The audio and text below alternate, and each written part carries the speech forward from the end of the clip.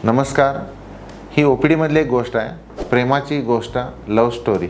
एक महिन्यापूर्वी एक मुलगी आली होती, 17 वर्षाची होती आणि ती 11वी मध्ये होती. त्याच गावामध्ये एक मुलगा राहत होता जो किराणा व्यवसाय करत होता. तर त्याच्या प्रेमामध्ये ती पडली. ते गुपचूप भेटत होते बाहेर आणि अचानक त्यांच्यामध्ये असं ठरलं की आपण दोघांनी लग्न करायचं. त्यामुळे ती दोघंही पळून गेले बाहेर. घरच्यांना हे कळलं. घरच्यांनी तिला घेऊन आले, कारण ती 18 वर्षाच्यापेक्षा लहानच होती.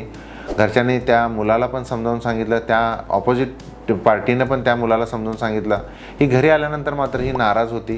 ही कायम त्याच्याच विचारात होती. ती नेहमी म्हणायची की मला त्याच्याशीच लग्न करायचं आहे, तो मला हवाच, मी त्याच्याशिवाय राहू शकत नाही.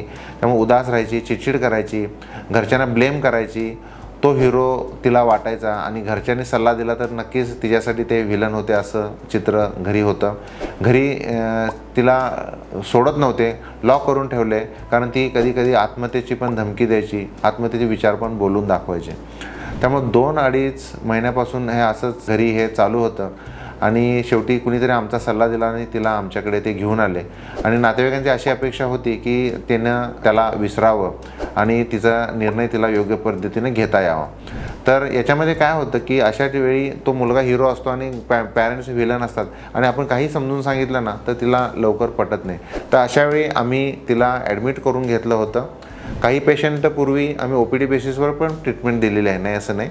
तर काहींना ॲडमिशनची गरज लागू शकते. तर आम्ही औषधोपचार सुरू केले.